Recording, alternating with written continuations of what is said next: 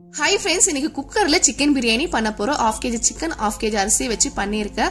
Bachelor beginner யாரா இருந்தாலும் ஈஸியா கத்துக்கிற மாதிரி ஸ்டெப் பை ஸ்டெப் உங்களுக்கு நான் காமிச்சிருக்கேன். குக்கர்ல எண்ணெய் ஊத்தி நல்லா காஞ்சதுமே ஓல் ஸ்பைசஸ், ஆனியன், கிரீன் சில்லி போட்டு நல்லா கோல்டன் கலர் வரைக்கும் வதக்கி எடுத்துக்கலாம். இப்போ ஒரு ஸ்பூன் மிளகாத்தூள், கொத்தமல்லி போட்டு அதுமே நல்லா வதக்கிக்கலாம்.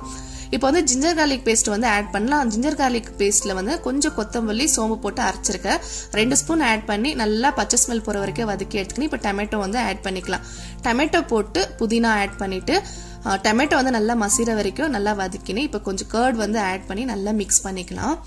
இப்போ வந்து சிக்கன் நல்லா வாஷ் பண்ணி வச்சுக்கிற 1/2 kg சிக்கன் வித் ஸ்கின்னோட நான் ஆட் பண்ணி சிக்கன் ஆட் பண்ணி உப்பு போட்டு நல்லா மிக்ஸ் பண்ணிட்டு ஒரு 5 மினிட்ஸ்க்குள்ள சிக்கன்ல நல்லா உப்பு காரெல்லாம் இறங்கும். இப்போ அழுவு தண்ணி வந்து நம்ம ஆட் பண்ணிக்கணும்.